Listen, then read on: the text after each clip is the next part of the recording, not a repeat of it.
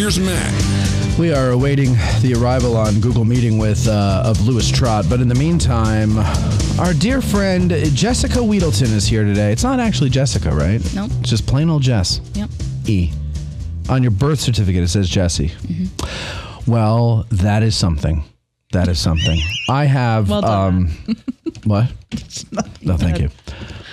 I haven't known too many people who are officially named a nickname. I mean, it is a full name. Is it? Yeah. Yeah. For a boy. No. If it's just an E, it's a boy, but I-E Right. is the female. And that's not a nickname. That is an official full name. Yeah, Jessie. I'm pretty sure, like in Toy Story, that's her full name, huh? Mm-hmm. You know, it's amazing. You learn something new on every podcast. You really do. I do. And I learned something very new today about naming people. You can name them what seems to be a nickname, but it's actually a full name.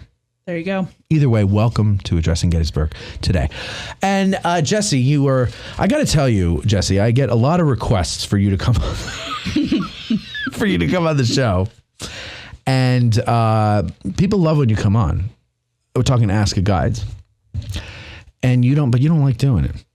And explain to I don't want to seem like I'm bad mouthing you to people. And I go, I'll work on it. But I don't want to say you hate coming on the show. I don't hate Explain it. to It's just everybody. once I put something out there, it's out there forever. It's just kind of I have to think about I just try to think about it more, Well, because we're talking history. Yeah. And so it's like facts. Well, and then people listen to it and then they want to come to me for that. And which I'm kind of glad I've gone with the whole artillery shtick because. Yes. And actually that reminds me, I want to hire you to take me around and do an artillery tour if you don't mind. Okay. Okay. Thank you. Okay. So we're going to, while we're waiting for Louis here, let's go with your All right. 5 pieces of advice. Now, I wrote them down. You wrote left them down on the table, and then I wrote them down again. Okay, it's Well very, done. very good. I'm glad you did that because we need to. I just care about this so much. Of course. You've already squeezed so much advice out of me, though I don't know how much is left. Listen, everybody has their little different pieces of advice. I found this very interesting. We've been doing it. We did with Ralph. We did it with Jason Heilman. Chaz Fennell came on last week. Mm-hmm. And now you and Lewis are going to round it out. And so I am interested to learn, what are your top 5 pieces of advice? Go ahead, Jessie. Okay. I feel like this can't go short enough. Okay. Well, I listened to the other guides' advice, and I do, I don't want to give too much advice, but maybe that's some advice. Don't take too much. Don't too much. No. Well, that's honorary mention. I don't want to use that. All right. So starting from the bottom up. All right. Yes. My first one is believe in ghosts. That's my first one. Ooh. This is for Tim Smith. Wait, now what are you saying? Believe in ghosts. I'm saying I think it makes me a better guide to imagine the people I'm talking about, like, someone, you're in the peach orchard and someone asks you, was Sickles a jackass or something? And you're just like, well, how do I answer this? But to answer it as if they're standing right there, kind of to never forget that what you're really doing. Okay. So don't believe in ghosts like the ghost tour ghosts. But if you do, it's helpful. But what? I mean, if you do, it's helpful because then you really believe that they're right. Right. Okay. So I understand that then. So believe in ghosts as if they're standing right next to you. I like that, actually. That's actually very... In other words, I think as far as the test goes, I think that's good advice for the interview, for fielding questions. Like if you want to really remain, impartial, but also in other words, honest. Remember that you're talking about real people. Yeah. Yeah. I like that. That's pretty good, Jessie. I do think people forget that a lot.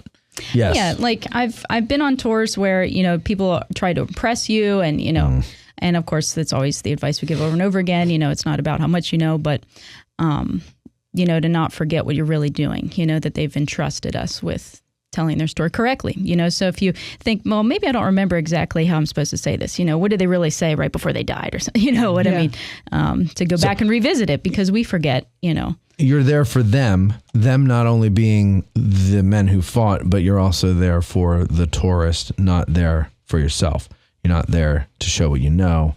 Nobody really cares. And that's kind of how I've been asking the question, because people will ask you if you believe in ghosts all the time. Yeah. And that's kind of the way I've been answering it. I was just like, I don't know. But honestly, if I do, it makes me a better guide. That's what I Okay, I like that. What is your number 4? All right, number 4 is I would advise, because we're kind of getting down to the wire, and I don't know, are you taking the test? Oh, No, she's not allowed. You're so sweet. Thank you. No one's actually asked me yet. I asked you that. No, you did not. Go ahead. Go ahead, Jessie. I hinted. Okay, what? What is your? The second part of the test comes at you fast, you know, and it's easy to get cocky and underestimate that part of it, but you get a lot of advice. Like I hear people saying, like, why do I need advice about, the interview, the, driving tour and all that? It's like, you got to focus on taking the written exam. And my advice would be to write down all this advice you're getting on the other phases and just like put it away, like save it, keep it somewhere, but don't think about it right now, but it is important to be able to kind of bring that out when you need it. Don't cloud your head with things you don't need for the written. Right. I think at this phase, it's about organizing, saving as much space in your brain as possible for what you need it for. Well, so on that note, on that idea, Jason, his 4 of his 5 pieces of advice were forget it. Mm-hmm. And so would you recommend at this stage with a month to go, people start ramping up their studies or kind of taking a break? Well, that'll come in my best piece of advice will be. Oh, okay. Well, then. 1. Oh, okay. Well, then what is your number 3? So that being said, stow away the advice for the other phases, but one exception, I talked to you about this already, is that you should be driving better now. Like, you need all the time in the world for this because you don't want to fail the oral exam for something stupid. Yeah. And there's a specific way we drive on the battlefield. You should be driving in the left lane. You should only be stopping when you pull over to the right side and make sure you're on the road. So don't stop in the middle of the lane of traffic. You have to pick places where traffic can get by you. So just be very aware of how you drive. When you put your turn signal on, any little stupid thing that might make people distracted. Mm-hmm. And I think being a guide has made me a much better driver than I was before. Oh, I would imagine so, yeah. Because you don't want people to be worried about your driving. You want to be as calm as possible. You don't want to, see them shift in their seat at all, And one really awkward thing we learned is that, the proper way to stop is to stop at the stop sign and then creep forward if you can't see. But if it's uncomfortable because they don't know, you're nervous, they don't know if you're really going to pull out, So, and even when I'm in the car with people, I tell them, I'm just going to pull up a little more so I can see, that little thing, it makes them feel comfortable. Like, okay, I don't have to be, looking. Yeah. So practice driving. Their car. Yeah, right. It's not even your car. Yeah. So go out there, practice driving properly. Just make sure you're driving like a nerd right now. Yeah. Yeah, because there's going to be no time to fix that when you're worried about everything else. Get your old driver's ed book and remember the rules of the road. Drive like a nerd. I like it. Because then, by the way, I mean, I'm sure that this isn't this is frowned upon still, but I've been stuck in the lane of traffic behind numerous guides who just come to that slow and they're pointing out the window and everything, and I can tell it's a guide, and I'm back there, like in my jersey, screaming and yelling. And so people can't control those like thoughts that you mutter, about other traffic. They're not gonna like that at all, Yeah. If you're just like, get out of the way. Oh yeah. It might seem like something little to you, but they will pay attention to that. Yeah. That's a good point too. Now, I'm sure this isn't as much of a problem today as it might have been 30 years ago, but would it help to know how to drive a manual transmission? It's not something that you can choose not to drive. Like you could become a guide and never drive, if you wanted to. And I can't drive manual enough to drive someone else's car now. You've never learned to drive manual? I have, but years and years ago. You forgot, yeah. If I needed to take someone to the hospital, I could do it. But it's like riding a bike. It'll come back to you as soon as you're But, and I think I've in 7 years of guiding, I've only disappointed one person by making them drive, by having a manual transmission. Would you grind the gears? No, I was just like, I don't really feel comfortable, Yeah, got my own thing to focus gotcha. on. Yeah. So they had to focus on driving and paying attention to what you were saying. Yeah. Yeah. How many years did you say you were a guide? 7? This is my full 7th year. 7 years. Yes. Wow. Good for you. All right. What is number 2? Okay.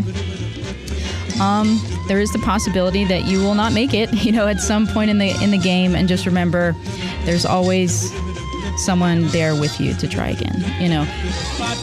Unpack that for us. What do you mean? Just don't get discouraged if you don't make it. Yeah, you can try again. You can try as many times as you want, right? You just have to wait till there's the always next. someone there to, pick up and start again, and their name is, no, I'm just kidding. You know who it is. So, okay, but They're going to make it this time. yeah, right. Don't have to talk about it again. So if you don't make it, you get somewhere you wash out, right? First of all, let's say it's the oral exam, and you make you don't come to a complete stop or whatever, and they go, nope, that's it. Let's go back. We're done.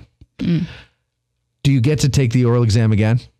Yeah. So if you get 2 shots of that, like usually just a couple weeks apart, or honestly, you can tell them how much time you need. Some people want to do it too soon, come back at it, but they try to give you at least like 2 weeks, I would say. Okay. All right. And then, go ahead. If you fail in the oral exam, do they stop you right there?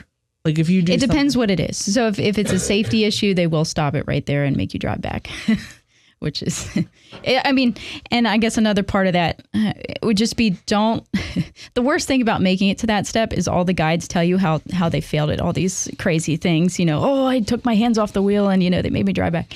And that just starts to get at you, I guess. But. All right. So you're number 1. You have a number 1. Are we ready for number 1? Here it is. This is the best one. Okay. I put this as number 1 because I think it's the most important piece of advice is to schedule these last 4 weeks, completely. What do you mean schedule these last 4 weeks completely? So you only have a finite number of days before you take the exam. You have a certain amount of, you have the different subjects that are going to be on the test, and you should just spread that out to what you feel you're going to need to cram. So this is like cram time, like I'm going to spend this week or this part of this week focusing on the causes of the war, and then you do it and then you move on to the next step.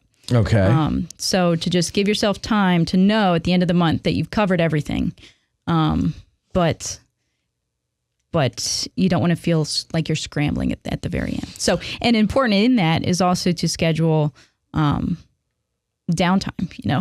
like I'm going to allow myself to take this day and, completely do something else or, rest or whatever. But I feel like for me, it made it easier. And then like the night before, morning before, I'm just like throwing flashcards everywhere, but it just helped me to feel confident that I didn't miss anything.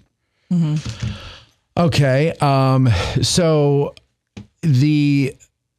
when you take the test, when you go in on the day of the test, what would be, because that's a long day. How long of a day is it? It's all day. It's several hours in the morning and then lunch and then several till like hours. 4. Yeah, it's all day. It's like a work day, right? How long is lunch? An hour? Something like that. Yeah. I remember it being a comfortable amount of time for me to like go get lunch and then like look over stuff in the car. Do they provide you with lunch? No. So you got to go get your own lunch or bring your own lunch. They don't even give the people grading the test any food. Yeah. Really? That's interesting to me because it is 100 years to walk up that hill, find a parking spot, and it's the same weekend as the Christmas festival. Like, what if you try to come back, you go somewhere to get lunch, and you try to come back and you can't find a place to park? What? Is it Hack? Is that where they're? Yeah, it's at Hack, I think. Yeah, but they have the shuttles for the Christmas festival going. I got 6 words for that. What's that? Pack your lunch. It pays to be a winner. What? It pays to be a winner. And get there first, get the parking spot, beat everybody back from lunch. Have to work. I don't know what hill you're talking about. Just like if you want to go somewhere to eat, like, any hill. Like if we're at the visitor center, if you go to the visitor center for food, if you go into town, because you're not going to be able to go into town for anything. Oh, I ate Deliso's. It's right there. Oh yeah, that's smart. Yeah, go over there, or you can bring something to see in the parking lot and cry. Get Deliso's beforehand. Yeah. Now, what is? Because I've never asked you this question before. What is your background? Like, were you always a nerd? No. Well, yes, always a nerd, but not in the Civil War at all. So what were you mostly nerdy about before you got into the Civil War? I've kind of been I'm just attracted to anyone that likes their job. Like it started when I was in elementary school and we went to the like aquarium and like saw the dolphin show and I wanted to be a dolphin trainer. And I was obsessed with that for a long time. And then I went to Hershey Park. I got to shadow the dolphin trainers and it was incredibly depressing and terrible. Really? Why? Because they had them in this like little tub and like they had no room to even like swim around.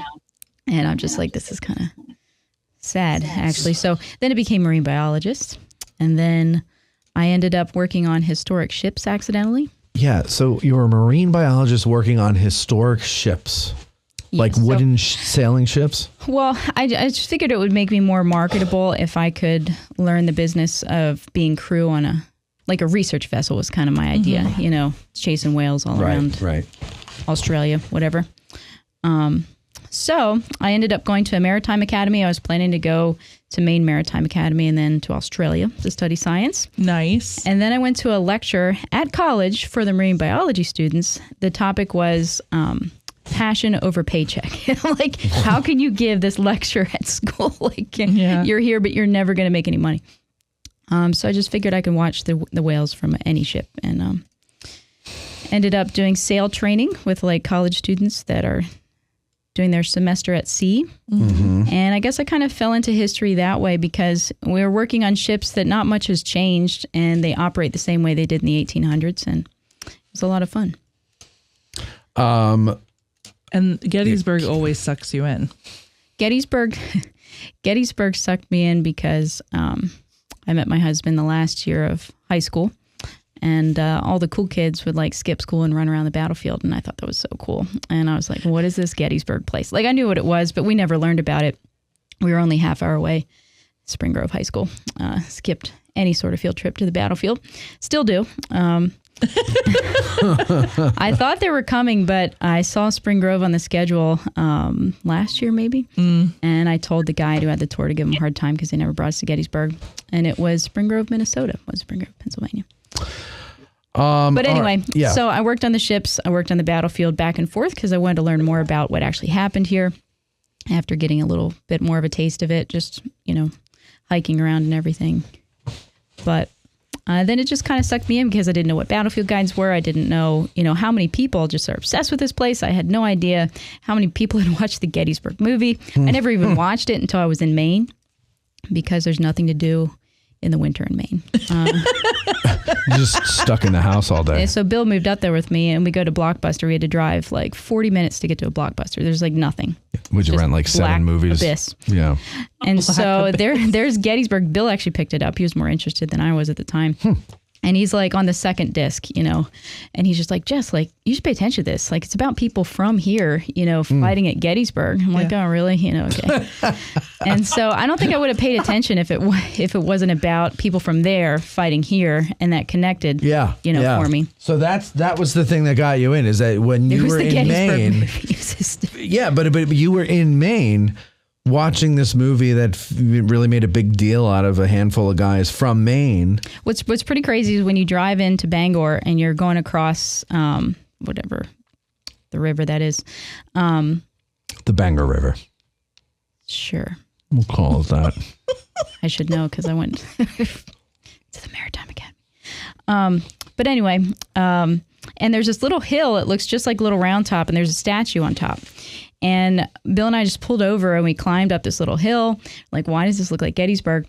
And at the bottom of the statue, it says Little Round Top. And now we're like, what? You know, this is actually before we watched the movie, I think. And in 1996, because of the movie, they put a statue of Chamberlain up there on top of this little hill. They made it look like Little Round Top. Oh, interesting. And they have miniatures of the monument. So they have the cube, they have the flank markers and everything. And it's just like Little Round Top, just like snipped and copied. Now, did they redo the restoration? Yeah. It's closed right now. Have they updated it? It's closed for 2 years. Yeah. All right. Well, Jesse, thank you. You could stick around, but Lewis finally made it into the chat there. Sorry, Lewis. We had such a complicated problem there. I don't know what happened, but I was a little distracted. Yeah, we could hear you. I was trying to like communicate with Lewis and get him in there, and he's like, I'm in there. I'm like, well, I'm in there. I don't see it. And well, give me this. We don't know what link we have, and I'm trying to do a show, and then I had to like do hand signals to Cindy through the window. But okay, here we are with Lewis. Now, Lewis, You have, of course, some advice for people. First of all, thank you for coming on. Let me just start that I'm a little distraught hearing that Cindy's about to die. I don't know. I know. Kinda It's rough, ruined right? everything. I know. almost just quit on this stuff. It's terrible. Well, now I feel like we should all have Thanksgiving together because you're right. You don't know who's going to go. You could drive. This is my idea back there. You could drive in a hearse and you could sleep in the coffin. That way it would be comfortable. You could sleep. And then if someone dies, you already have it like all. We're all ready to go. In a Munster's car, so you look cool. Yeah, right. A Munster car. Get it. No need, Mr. Coroner. There's plenty of them around. You see them. You get it I know. along with your prepaid burial site and all that stuff. They do that with the retirement plans back in the 90s. You buy your prepaid. Oh, yeah, your prepaid burial site. Yeah. I got burial plots as a wedding gift from my husband's grandmother. How romantic. That is romantic. You can spend eternity together. But you don't need to worry now. Yeah. Right? Because that's something you're going to eventually have to worry about getting, right? So now you don't even wonder whether that's wonderful. Yeah, we don't have to pay for it. We've already got it. I can also point to there's another woman planning way out in advance. That's right. Lois, may she rest in peace. All right, Lewis, please grace us with your knowledge and your sage wisdom and advice. What is number 5? Let me preface this by saying I took the test twice. I took the written exam on the final time. It was under the old system where you did the written and then you did the oral and that was it. I flunked that written. Came back, I think it was 3 years. I don't think it was 2. I think it was 3 years. And I was with the first class to do this 4-tier system. And I will say, I think the second time the written exam was harder than the first time. Fairly certain about that. So it was different, I'm assuming. Yeah, it was different, but it was harder. Okay.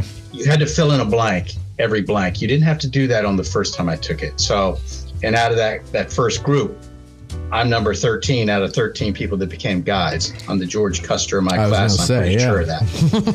So, but as long as you make it. But you took it twice, and you took it twice, right, Jessie? Mm-hmm. Okay, so both of you were failures the first time out. Aww. Some of our best guides are multiple failures. Time loser. I'm not there. I'm talking like 5. Right. Yeah. You're a big time loser the first time out, but eventually you make it. That's the point I'm trying to make there, Bethany. I'm not being mean. I'm saying because I didn't really have an idea about it, and it sort of shocked me that the level of detail you had to know, and so. It was a good precursor for what was to come. I was much better prepared, obviously, the second time. So Let me get on with it. Go ahead. We are a month out, so there's still time.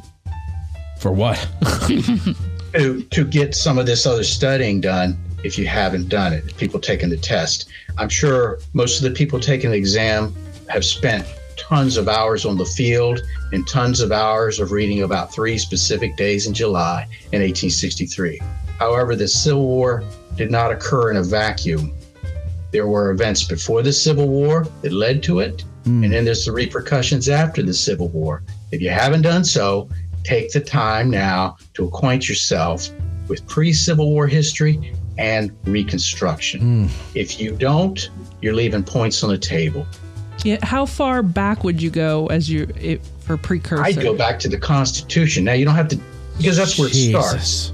That's where but you don't have to get into detail back then. You've got to get to, the detail starts with the Wilmot provision. And in the Compromise of 1820, 1850, the election of 1860, and then secession starts, and then the war starts, of course.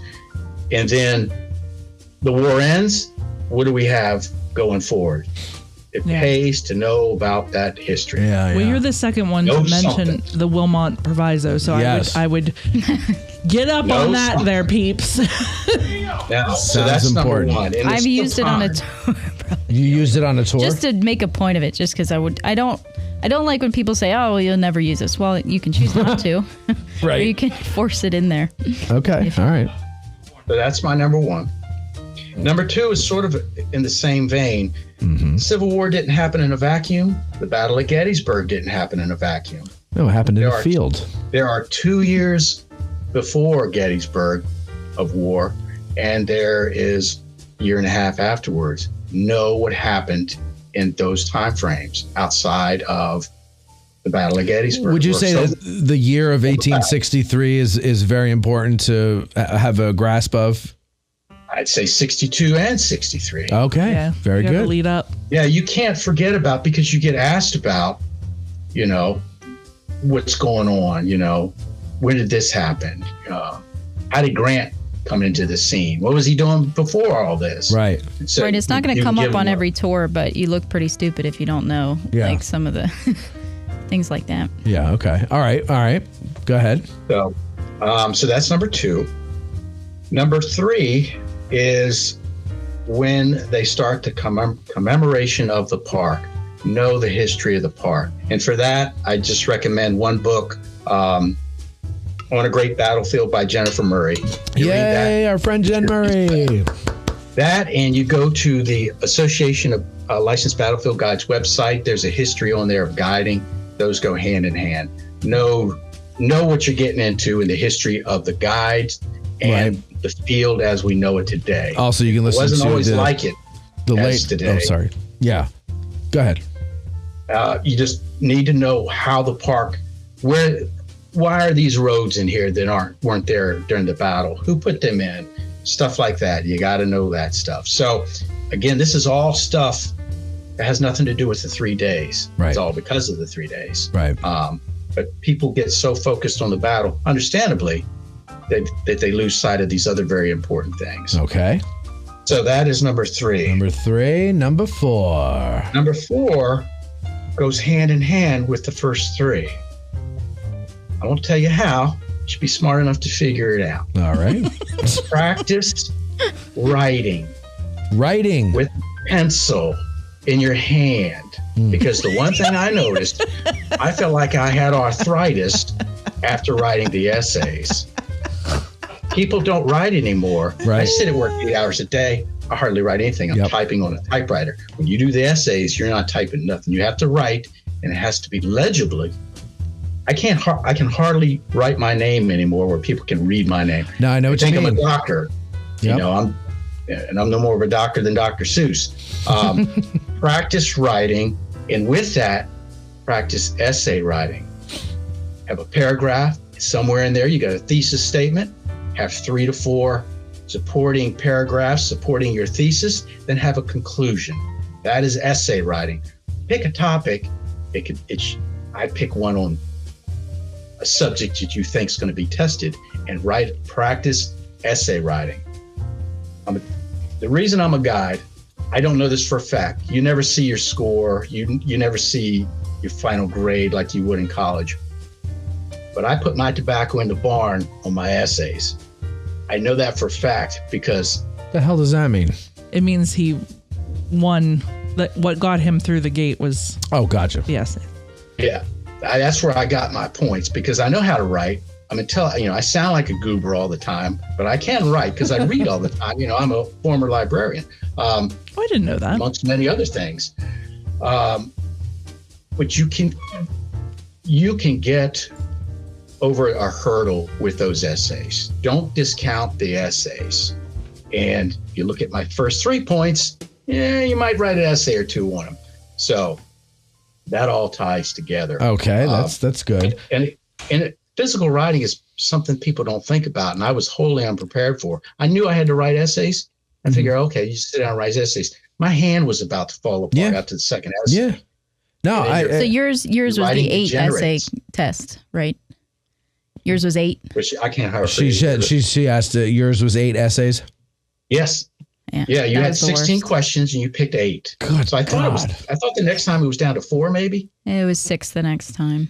Yeah, I knew it had gone down. But it was 8. Do you know how many are in this one? Did they tell you?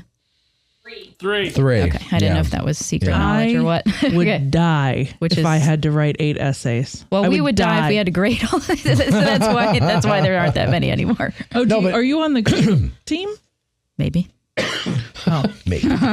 But the practice writing thing is good. I noticed this a couple of years ago. I tried to write somebody a quick note, and your handwriting is atrocious. Well, no, because I write quickly here, but I actually do have when I can actually sit and put thought into it. And I'm not in a rush. No, actually, people go, "You have really neat handwriting." I'll show you my journal. I mean, I won't let you read it, but you'll see. You'll see. But anyway, so that's what I started doing. I was like, I got to write often. So I got a journal and I started journaling. And, because, in case I ever become somebody important, then, it's all on record. But really it was just to practice writing because you feel, like you said, arthritis, like your hand cramps up and it gets, and you start like making these movements and you can't, like, if you write in cursive, like I do, you forget how to string the letters together and it just looks like a mess. Here, give me a pen. We must do things very differently. Okay. Why? No, I wasn't really holding my hands the way. Okay, Lewis, what's your next one? Like you make a fist, really? The point is, if they can't read it, they're not going to grade it. They're not going to grade it. It's just tough luck. Right. You're out of luck. Okay. So that's good. 4. Number 5, I think, goes against what some of the other guides have offered up as advice. My advice is don't think about what comes next. Because if you don't get past this part, what comes next doesn't matter until the next time they offer it. Yeah, that's what everybody keeps saying. I went through the 4-tier system with the first group. I knew there was an interview, but we didn't have any idea about it. And then you do this weekend seminar, had no idea. The only thing people had a vaguely idea about was practicing for the oral. And I'll tell you this, and it's just a statement. It doesn't say anything. Before I went on a practice 2-hour tour with Rob Abbott, I had never been on a guide-led tour before in my life. I didn't come here as a kid. Right. I grew up down in Upper Marlboro, Maryland, and we didn't. Our big trip was in junior high. We went to Williamsburg, and I crank called women all night in a hotel, the girls, because that's what we did. We were junior high kids. We got their room numbers. We just crank called them all night. We never came to Gettysburg. I didn't know any guides. I'd never been on a tour. I'd roamed a battlefield by myself. But when you get to that spot, you'll be assigned a mentor, another guide. If you're lucky, you get Rob Abbott. And all the other ones are fine too. Yeah. Jessie Wheedleton. And they will show you what a 2-hour tour looks like because I had no idea. And it took me twice. It took me 2 times to get through that. The key to that is listen to what they tell you that you're doing wrong. But before you get there, you've got to pass the written exam. If you don't pass that, anything you're thinking beyond that is useless. It's wasted energy. If you get through the written, there will be people stepping up to help you get through the next 3 levels. So and if they don't step up, email me. I'll help you. You're not on your own once you pass the written. At that point, people start to coalesce around you to help get you to the license. Exactly. Would you both recommend leaving your ego at the door? Oh, that's a mandatory. Yeah. Yeah. So I tell everybody I'm dumb as a box of rocks, and I know I'm not the smartest guy out there. True. But it's not the best way to open up your tour. Hi, everybody. I'm Lewis. I'm the dumbest guy out here. I think smart as a sack of rocks. Over time, and it happened pretty quickly, I developed an emotional attachment to the field because of the history of these soldiers. I'm a retired Army soldier. And so that comes out. It comes out with your group, who I really want to say right now, I miss them a lot already. Yeah. And it comes out with just Ma and Pa Kettle came from Wyoming or something, wanting a tour. Right. I choke up with them too. It ain't just your group. Yeah. I hate it all the time, but I have an emotional attachment to these stories of these men who fought and died on the field. And that's what it's about. And that leads me to number 6. You didn't ask for 6. You've got a month left. If you're taking the test, you've got a month left. You're probably tired of reading this stuff. You're just getting wore out, and you don't think you can cram anything in your brain, but keep moving and do whatever you got to do to get there, and then get through the next 3 phases. Because I want to tell you something. I'm sure Jessie will agree. Being a guide is the absolute best. There is nothing better than taking people, especially first-time visitors. You have the honor and the privilege of showing them that hallowed ground. And I tell you, Matt, there is nothing better that I've ever done. And I've done a lot. I'm 60 years old. I've been around the block, more times than I care to think about. Sure. There is nothing better. And there's nothing more that I'm more proud of, other than maybe retiring from the Army. But there is nothing that I am more proud of than being a licensed battlefield guide. I believe it. I tell you that sincerely. Yeah, no, I believe it. Yeah. It's worth the effort. It's worth being tired and cramming all this stuff into your brain. Mm-hmm. Get through that written. Once you do that, reach out to people. Hey, I need a little advice on the next step. Take it one step at a time, and you can get there. Because, Angie's right, and all the other guides are that you speak with. Guides want other people to be guides. And from my perspective, I want other people to be guides because I want you to experience the happiness and joy and the pride that I do. Yeah. There is nothing like it. There really isn't. So I bet. And I tell you this, not to veer off too much. That's why people like me get upset about the beavers and stuff, because it's the men who fought and died on that field. Yeah. It's a special place. They got other places for beavers. Right. Put them there. So it takes away from that legacy of the men who fought and died on that field. Samuel Wiley Crawford bought that pond because his man fought and died there. He didn't buy the pond. He bought that land. He bought the land. Lake Gettysburg. Yes, that's what I call Lake Gettysburg. But I don't want to get off on that. That's not what we're here for. No. It's worth the study. You've got a month left. If there's an area that you think you're deficient in, identify it and put some time in. It is worth it in the end. And then you can breathe the evening of December 7th at your Christmas party. At the Christmas party. Mm-hmm. Everybody's welcome, of course. And we do need you to sign up. It's on the Facebook page, I think. But I think I got to get it put on the home site, the webpage too, so that people know. Yeah, that's a good plan. Thank you. Okay, so anything else that you want to add, Lewis? No. Tell Jessie to say hey to Bill for me. All right. Jesse, say hey to Bill. I told him to watch on YouTube. All right, Bill. Lewis says hey. I met Bill doing the bike tours. He's a good dude. I miss that guy. I like Bill a lot. Yeah, he's a good dude. Is he a guide too? No. Oh. No, he's just an all-around good guy. Yeah. You can be a good person without being a guide. So yeah. I don't know. I've never seen it. If he wanted to, though, I think Bill would be a good guide. He's got a charisma to him. He's very personable. Yeah. She's married to him. Yeah. No, I know. He has to say that. I said that. I think if Bill was a guy driving around in somebody's car and the car broke down, he'd fix it. He'd fix it, of course.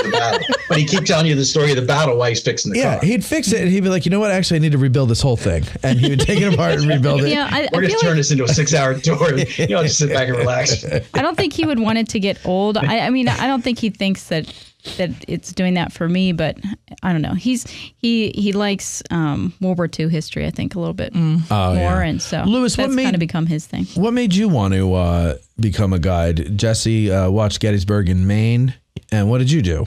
Yeah, because, and I've said this before to the group, I started off when I was a teenager reading about World War II, and I still do a lot of World War II study. It just fascinates me because it's so big.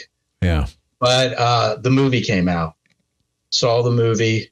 I thought Stephen Lang was, the Clark Gable of the Gettysburg movie. And I said, boy, this is fascinating. And I read The Killer Angels.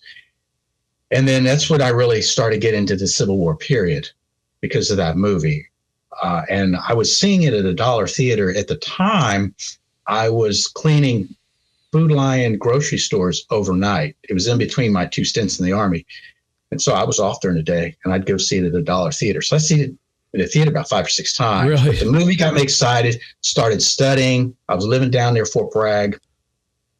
I go to Iraq, go back in the Army, go to Iraq, come back from that, Fort Devens for a year. So while I was at Fort Devens, Massachusetts, I realized somewhere along the line there's guides. So I could do that. I need to get closer, though.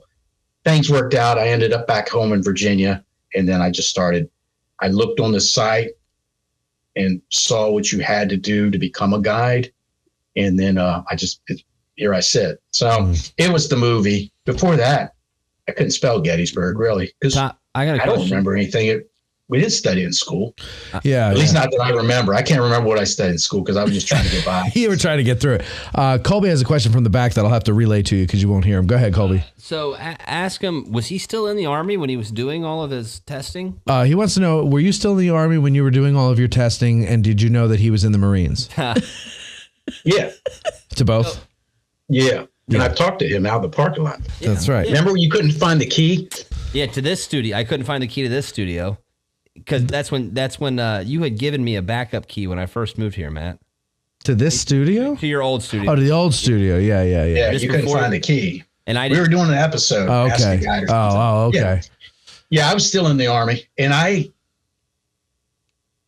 this is jumping ahead. It goes against my advice. When I was practicing for the oral exam, I was bringing anybody up here. I brought my unit up here from Fort Bragg. We got money.